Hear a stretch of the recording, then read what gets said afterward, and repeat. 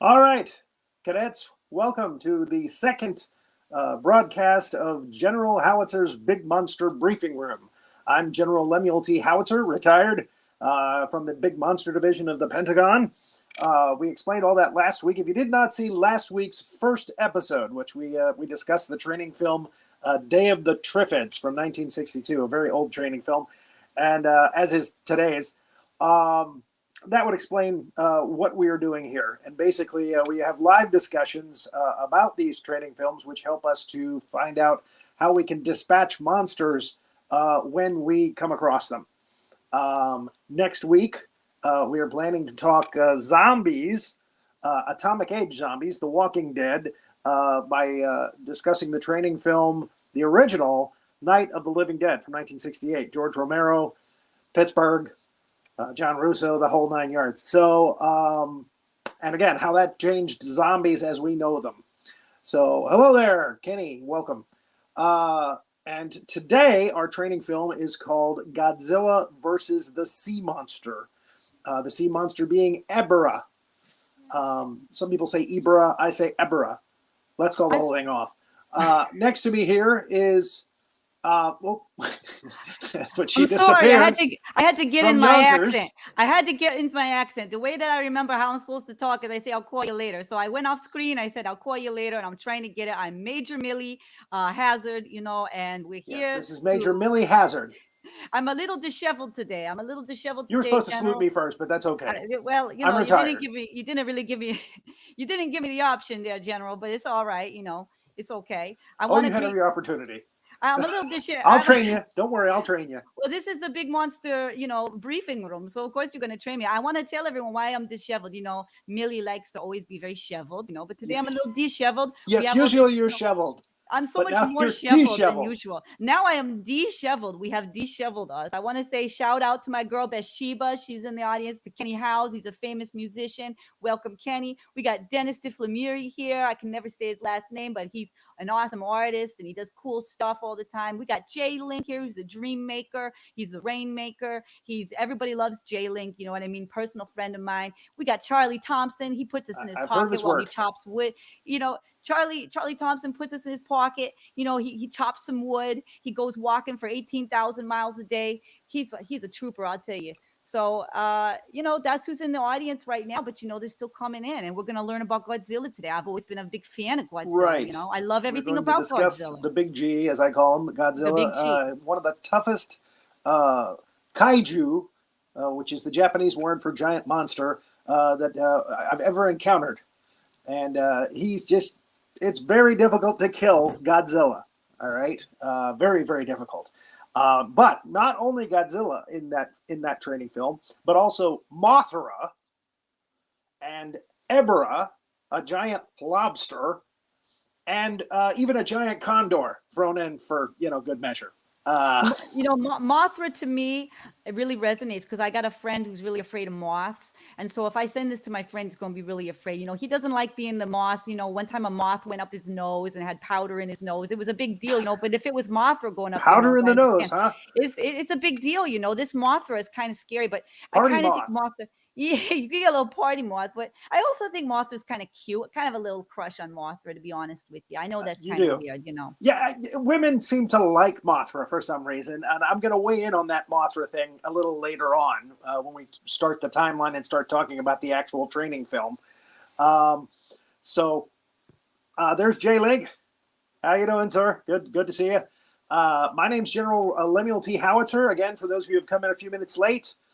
We almost started late. Had a little uh, uh, technical difficulty at the very beginning there, but we're here. And again, today we're going to talk about Godzilla versus the Sea Monster from 1966. That's why I look all disheveled because we were having technical difficulties. I had to battle all the tech gremlins. You know, those tech gremlins, they're big monsters. We should do a whole show on the big monsters and tech gremlins. We'd have $1 million. We'll mark that down. Do a show on tech gremlins. Oh, yeah, we got to do a whole show about that. Look at, and John Michael Urbano, I love this guy. You know, he's an actor, a musician. He said, I think Gamera has some great opponents. I think that's true, actually. We will be talking Gamera in the near future. Bathsheba's here, I see. John Michael Urbano. We got a great crowd watching. That's great. I love Hal Aaron Cohen. And again, we hope that you will weigh in on some of the things that we say about this training film and how you would kill a giant monster such as Godzilla or Mothra or Ebirah. But do we have to kill Godzilla? The horror because of the deep. I feel like Godzilla has a lot of goodwill. You know, I don't know if we want to be killing Godzilla. Yeah, well, you know, I see again later on in the films they kind of made him, you know, in the what we call a Showa series, which was the Godzilla movies up to 1975-ish. Yeah, they started to make him a kind of a good guy, like he was helping humanity. But the fact of the matter is, he is just a destructive force of nature. Okay. I feel like he's misunderstood. Period. I feel like he's misunderstood. He needs a little counseling. Might need a little bit of medication. So even if he's battling another monster because he's a monster. And he wants to be the best monster, the king of the monsters. Yeah, he's still wrecking cities and killing people and puppies and kitties and everything. So yeah, I don't have much heart there for this giant atomic breathing lizard. So we're gonna get into the timeline now for Godzilla versus the Sea Monster, aka Ebirah, Horror of the Deep. I've watched it in English. And I've watched it in its original language, Japanese. Japanese version is a better training film, I think. All right. This training film wastes a lot of time with character exposition in the beginning of the movie. It doesn't really get started until about 15 minutes in the movie. Just saying. Ebirah will attack sea vessels near a certain island. And here we have the picture of that. And next picture, please. Millie is running our slideshow. I'm sorry. You know, I'm all discombobulated from the tech gremlins. Let me see if I can get back on it here. I'm sorry, General. All right.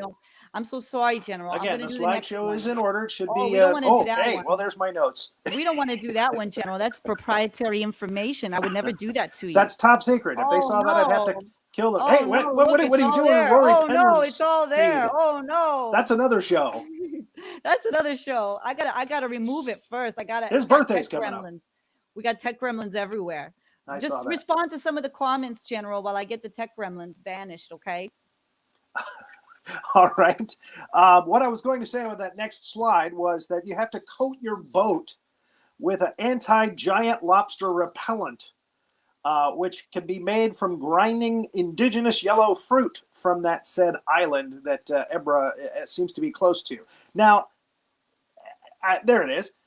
There's the boat that belongs to the Red Bamboo Army, which is also on that island. And you would think that having that indigenous fruit on the island would probably repel Ebirah from that island. But no, that's not the case here. That kind of doesn't make any sense. But hey, there it is. Also on this island, we have these people that were in this boat. There they are. Their boat was wrecked, of course, by Ebirah because there was no yellow liquid on their boat. So now they're stranded here on this island, and they're about to find out that the island is run by an evil army, and the Green Hornets car, evil army, the Red Bamboo Army. We really don't find out in this film what the hell the Red Bamboo Army is fighting for or against, but there it is. They're bad guys. They're after our heroes that are on the island, and they really don't like anything except Ebirah. I want to tell you that I think we do know what they're fighting for. They're just fighting for anything that is bad. I mean, I guess they're terrorists. They're actually kind of just trying to mess things up a little bit. You know, they just get a little wonky. They get a little upset, and so they kind of just do the opposite of what we would want them to do. They're a little wonky. You know, we can't trust them. We can trust them, but we can trust them to do the wrong thing. They're just typical bad guys. You know what I mean? That's a Rory Penland word. You hang out with him way too much. Well, I love that guy. And what can I say? Rory Penland's the guy. I love that guy. You're not going to stop me, General. You're not going to stop me. Speaking of boats, evidently there are Polynesian boats all along the beach on this island because these two guys are running to escape, and boom, there's a boat right there. So that's kind of nice. So a nice little catamaran there waiting for them. But it doesn't have yellow fluid on it. So we get our first shot, our first real good shot of Ebirah. Oh, I just love this shot. This is so Ebirah. This is everything Ebirah you could ever want. I mean, this is exactly the essence of Ebirah. That's 21 minutes into the training film. Yeah. Yes. Basically a lobster. He's a lobster. I don't know if you like lobster, Rory, but I'm sorry. I don't know if you like General. I'm so sorry. I hang out with Rory so much. Sometimes I get y'all mixed up. I don't know why. You're getting wonky on me here. I'm getting wonky. There's too much tech gremlins. There's too much discombobulation. What can I say, General? All I want to say is, do you like lobster? Because I've had Maine lobster before, and I'm telling you, I could eat this thing. I could eat this thing in one sitting. It looks good. I salivate every time I look at this guy. Well, we have been working on, or I should say, the Big Monster Institute at the Pentagon is working on giant butter bazookas, hot butter bazookas, to take care of this crustaceous giant lobsterus, as I like to call it. That's the scientific. You should have known that. You're the science officer. Cretaceous giant lobsterus. I am a science officer, and it's definitely a crustacean, and it's the most tasty crustacean. What's weird about this training film is that everybody, including the guys that were just stranded on the island, seem to understand and know that they call this thing Ebirah. They're calling it Ebirah, even though they've never seen it before. This girl here, played by Kumi Mizuno, I could watch her all day long. She proves that the Red Bamboo Army isn't very effective in searching their prisoners because she's got a knife. She was able to somehow hide a knife there and pulls it out. So she was able not only to escape, but pull out a knife. So the Red Bamboo soldiers, not very effective, not very good at doing what they do. They also leave swords lying around the island. Our heroes find a sword and pick it up. So, but they do have drone balloon cameras. So if you, like these people, are seen by a drone balloon camera on an island full of hostile terrorists that are looking for you, here's what you do. You gotta go around the rocky area of the island and find some caves. Find a cave to hide in. That's the best thing to do. You could try to hide in the jungle, but those balloon drones will probably find you. They'll probably see you. So find a cave. That's at 24:30, by the way. 29:15. Hey, Mothra is on a nearby island. And they call him he, this is a he Mothra, he's sleeping. So, not far away, Mothra, and non-stop singing. They just keep singing to him. Mothra, Mothra. Oh, actually, that's from another movie. Anyway. But I just think he's so cute, though. He's so cute. You know, this is what I'm talking about. Everybody loves Mothra. He's so adorable. He looks like someone that could just put the light on and the lantern on. He looks like he was rode hard and put up wet in this movie. No, he looks so cute. Look at his eyes. He looks rough. Look at him. He's on a bender. Don't say it, General. He's sweet. He's misunderstood like all of us. He's sweet and misunderstood. Okay, I'm going to go ahead. Since we brought this up again, I'm going to go off on Mothra here because I think of all the kaiju that have fought against Godzilla, Mothra is probably one of the most ineffective against Godzilla. And I'm sorry, it's a giant moth. Okay? Now, I've said this before, and I've had people come up to me and go, oh, well, Mothra symbolizes sacrifice. Oh, yeah, right. Good. But yes, if you put a giant moth against a giant lizard who can breathe, atomic fire, guess what? My money's on Godzilla, every time. I think that the best representation of this was in 2001 when that Godzilla in a movie with Mothra and King Ghidorah and MKG and whatever the hell they want to call it. He's up against Mothra and he vaporizes Mothra in about 15 seconds. That's how it's going to be. I don't care if you give him, lasers out of his antennas. He's got bullets coming out of his butt, yellow poison powder out of his wings. He's not going to beat Godzilla. It ain't going to happen.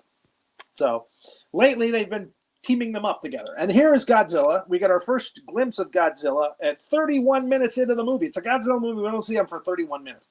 And he's sleeping. So obviously it's This is a recurring theme in the movie. I guess it's kaiju hibernation season or something. So he's sleeping. So good start. Yeah, all the kaiju are sleeping. All right, here we got our gang, the people who are stranded on the island, and the girl with the knife. Nice use of camouflage. I just want to say they make their own little bush, and they're running around on the island, and doing some pointless reconnaissance mission, going right into the red bamboo facility, which is very dangerous. For what? Yeah, who knows? But we find that the natives are still singing to Mothra at the 44-minute mark. So 15 minutes later, they're still singing to Mothra. Let's pull up that next slide. I'll show you the two little girls. Shobijin? Or not.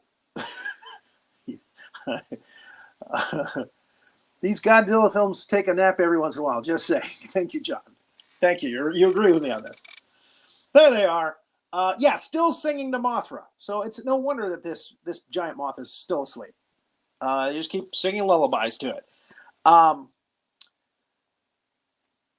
At 52 minutes, they use lightning to revive Godzilla. Okay, now in King Kong versus Godzilla in 1962, that's another training film, we established that Godzilla doesn't like lightning. So good job ticking him off. Wake him up with some lightning. Zap him. That's good. He's going to be real happy when he wakes up.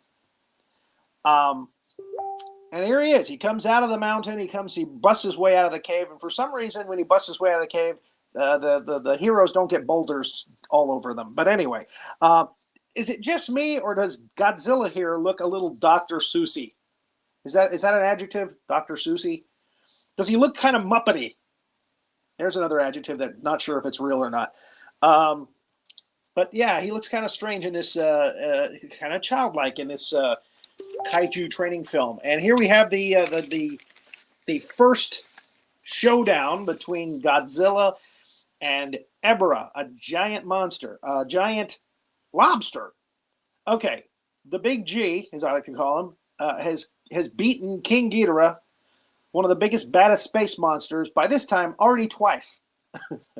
So, fighting a giant lobster? Put my money again on Gojira. Godzilla. Now, he's heaving boulders at Ebirah. Who does he think he is? King Kong? So, now, actually, the story behind this, the true story behind this training film is that this was supposed to be a King Kong training film. It's true. And they decided that it would be too costly to get the rights to the King Kong character again. And they decided to make this a Godzilla movie, but there's a lot of King Kong behavior there with Godzilla, with the lightning and the throwing the boulders and stuff. And they ended up later doing King Kong Escapes, another kaiju film, training film, I'm hoping to show on this show. All right, now, Kumi Mizuno, she is pretending to, she's playing dead, is what she's doing here, because she's too close to Godzilla. She's very close to Godzilla. If you're close to a kaiju when he wakes up from hibernation and he's hungry, do not play dead. Okay? I don't care how beautiful you are, you're probably going to get eaten. I'm just saying. So, not a good idea. Best thing is to, make your way around rocks and get away from them. That's the best way, best thing to do. Now, we're showing this shot of the boat again because, have you noticed, there's no yellow scum all over this boat. It's just a continuity thing that just really peeved me. There is no yellow stuff anywhere on that boat. Okay, but it got to the island safely. I guess it was because Ebirah was busy fighting Godzilla, I guess. So, then, gotta find my notes here. I got lost. Then we have a giant condor show up. Just as I thought Godzilla's adversaries couldn't get any weaker or lamer, they throw this giant condor, this turkey, into the mix. And of course, true to form, Godzilla roasts it with his atomic breath. Can you say rotisserie? So, dinner is served. And then an air jet attack. Now, I can tell you from experience that jet fighters just tick him off, okay? They just upset him. So these guys ain't Top Gun, is what I'm saying. They're going to find out really fast that, you're just ticking them off by doing that. In these films, Godzilla takes a nap once in a while. We still got that message from John. I saw that message 10 minutes ago. All right, so Godzilla, because he's ticked off now, goes and attacks the red bamboo base. Should have called off that air attack when you had the chance. By the way, in that air attack, I don't know why the composer did it, but they were playing some really wonky music during that. What the heck is going on with that? And he looks like he's dancing. That's not funny. It's a training film, darn it. All right, so the composer. God, what's wrong with you? At 107, we find out how ill-equipped the Red Bamboo, and there's the two head guys from the Red Bamboo Army. The one with the eye patch is not the leader. It's the guy with a scared look on his face over to the right there. He's the leader. But the one on the left makes the call to evacuate the island because the guy on the right obviously is scared out of his pants when he sees Godzilla. Yeah. So he's the guy that makes the decision, the assistant, not the commander. At 1:11:30, an atomic bomb switch that looks like a thermos. Now there's a first. So if you were building an atomic bomb, would you make the push button look like a thermos? Seriously. All right, and just a minute later, at 1:12:30, the guy sets the bomb off, and then Godzilla steps on the building, and it crumbles down on top of him. You know, bad karma. And he says, can we bring up that next picture? I set the timer for 2 hours. Well, that's plenty of time. Wow, thank you for giving us all that time. 2 hours? Whatever happened to self-destruction in 5 minutes, 10 minutes? You know, that brings up a little more tension. But God, these guys got 2 hours to get off the island. Wow, you could just swim out into the ocean for 2 hours and be probably far enough away. So even 5 minutes later, the Red Bamboo Army boat's heading out to sea. I mean, they're heading out there. 1:19:30. Thank God, Mothra finally wakes up. And I'm sorry, look at him. There's a close up here. He looks rough, doesn't he? He does. He looks really rough to me. Worn out and used. But hey, we only have 2 hours. So I hope he can make it to that island in time. That's barely enough time to make a giant net basket. And that would be the next picture, I think. Giant net basket. So that Mothra can pick you up and whisk you away. Yeah. Well, that's time enough for Godzilla to beat the barnacles off of Ebirah. Yeah. And here we see Godzilla. He pulled off Ebirah's claws, and he's clacking one of them at him. Ooh, that's cold, even for Godzilla. Wow. He's showing him who's boss, isn't he?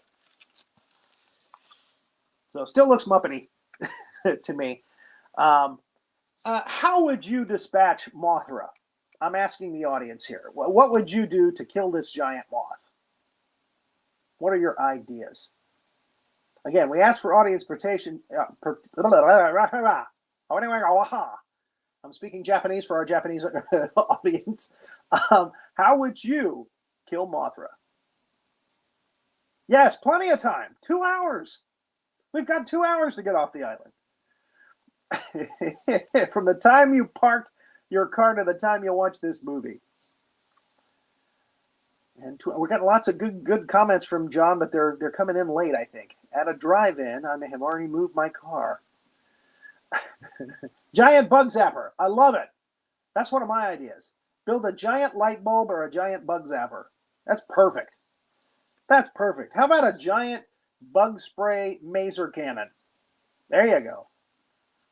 Really big zapper. Yes. That's exactly how you do that. A bunch of 60-watt light bulbs. No, one big giant light bulb. Like 1,000,000 watts. just plug it in and he's gone. He's history. He'll be flying around that thing and then zap. Yes, great minds. Wonderful, awesome, great ideas, wonderful ideas. Again, there's very few ways you can kill Godzilla. They did it with an oxygen destroyer way back in the day. Oh, here's these knuckleheads. They're up in that basket. Mothra is whisking them away, and the numbskulls, they're yelling out to Godzilla, "Hey, get off the island!" We could have killed Godzilla right here, right now, and that would have been it. That would have been the end of him. No more, destroyed cities. But there he is. He's heard them somehow. Those little voices, he heard them. We are here. We are here. We are here. And he does a cannonball off the side of the island, right into the ocean. Gets away from the bomb, right at the 2-hour mark. And look at them. They're laughing about it. They're we saved Godzilla. Now he's going to kill cities and puppies and kitties. And yes, there it is. So he's going to maim and kill again. Now I ask you, seeing that explosion there, that the whole island was obliterated, do you think Godzilla would have been killed if he had stayed on the island? There you go. Let's right on top of Mothra. Come on, build a saddle. You got 2 hours. Ride that moth. Hey, if the Shobijin can do it, the tiny little twins, hey, why not? Until he poops in the pool. But do you think that this would have killed Godzilla?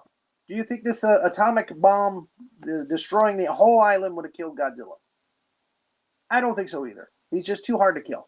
Again, the one time they did the oxygen destroyer, that killed him. And then in the 2001 movie that I spoke about earlier, yeah, a guy got swallowed in a sub that had a big drill on the front of it. He drilled through Godzilla's neck and popped out.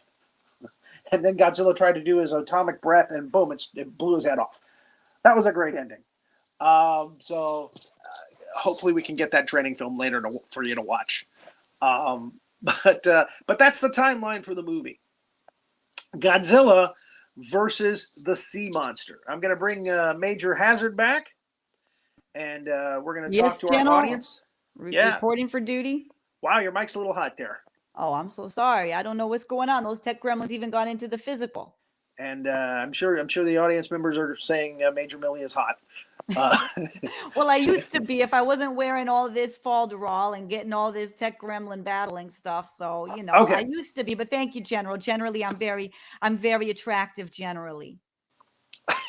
Generally to the general. Greg brings up an interesting point. Atomic explosions made Godzilla what he is. So he might have soaked up some of that atomic radiation and it became even worse. So that's also possible, that it could have actually made him worse than he is. This movie was preceded by Godzilla versus Monster Zero, which is also called Invasion of the Astro Monster, where he and Rodan kicked King Ghidorah's butt. I love Rodan. I think Rodan is amazing. Yeah. He's a giant pterodactyl. Pterodactyl? I want to ask if you could tell everybody what we're doing next week. Next week, I mentioned this at the very beginning of the show. We're going to be talking Atom Age zombies, The Walking Dead. We're going back and doing the original 1968 Night of the Living Dead. That's my favorite. I just love it. I love everything about it. And I'm going to send links with the ads that we do for the show. I'm going to send links to the black and white version and the colorized version of the movie. Both of them are on YouTube. So you can watch the training film before we have our discussion next week. And again, we're going to talk about zombies, the best way to kill Atom Age zombies. Here's the thing, is they don't really call them zombies in the George Romero movies. That was just kind of something the fans did. They're the Walking Dead, basically, is what they are. They're the undead. They eat people. They're flesh eaters. And we're going to talk about them next week. Because that was the movie that actually took zombies, which were kind of a Haiti, third world country kind of thing, and turned them into these Atom Age, cannibals. So, but it is such a phenomena today. I mean, they even have the government even has, I mentioned this last week, a website you can go to that tells you how to protect yourself from zombies. And I actually had a hand in that. So, in creating that. So, So let me do I have the Godzilla? from this. Show him Godzilla, General. Show him Godzilla. Gah. I'm knocking stuff over here. I've got too much stuff on the shelf here. This is basically the Godzilla from Godzilla versus the Sea Monster. And oh jeez, I should have had these ready. Oh, go back.